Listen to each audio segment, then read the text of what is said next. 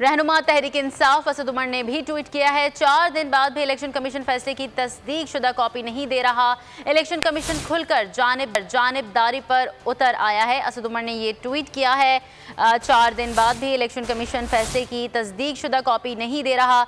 Election commission खुलकर जानिबदारी उतर आया है। रहनुमा तहरीक इंसाफ असद उमर ने ये ट्वीट किया है, 4 दिन बाद भी इलेक्शन कमीशन फैसले की तस्दीक शुदा कॉपी नहीं दे रहा। उन्होंने ट्वीट में लिखा कि इलेक्शन कमीशन खुलकर जानिबदारी पर उतर आया है। रहनुमा तहरीक इंसाफ असद उमर ने ये ट्वीट किया है।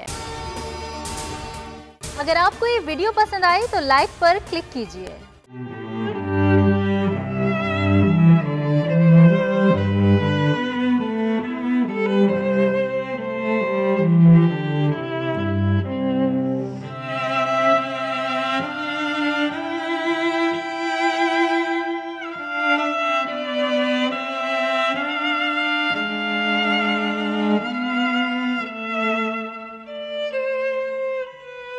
सबसे ज्यादा व्यूज, सबसे ज्यादा रील्स और सबसे ज्यादा रेटिंग के साथ बोल अब भी नंबर 1 पोजीशन पर बरकरार।